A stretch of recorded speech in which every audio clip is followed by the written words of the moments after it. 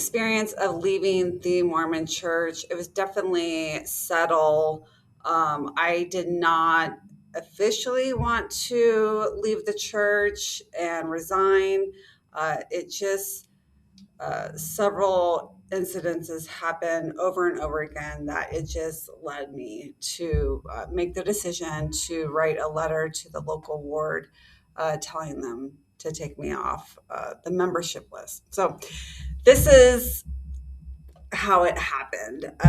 My mother, uh, whether that's codependency and the Mormon Church, both kept sending the Mormon missionaries to my house.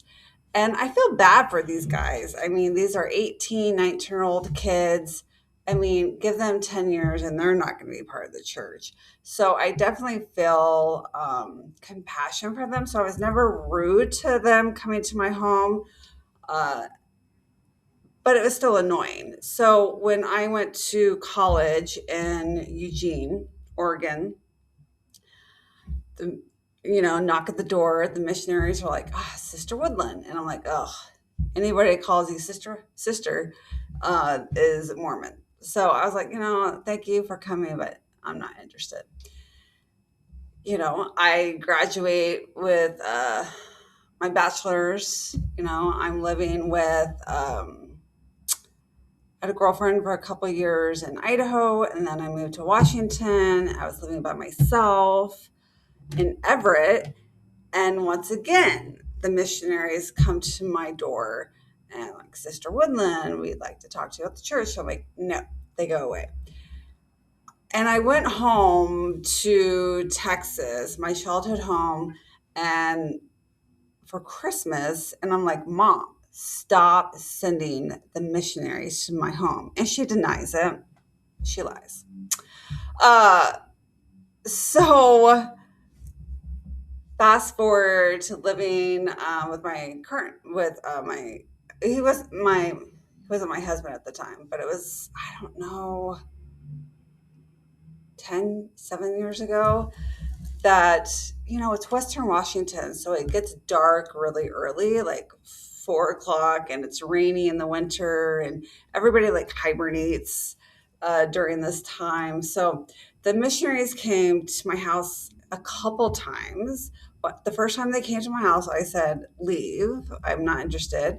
Second time, my husband, partner at the time, was uh, at the gate and asked them to leave. And then I'm sitting on my couch and it's dark at like 5 o'clock, rainy, and I don't know this guy. I'm home alone. And I open the door and he's like, I'm the bishop of the local ward. I'm like, no. I'm like, I'm not interested. He leaves. And then I come home and there's cookies on my doorstep from the Relief Society. And I just had it.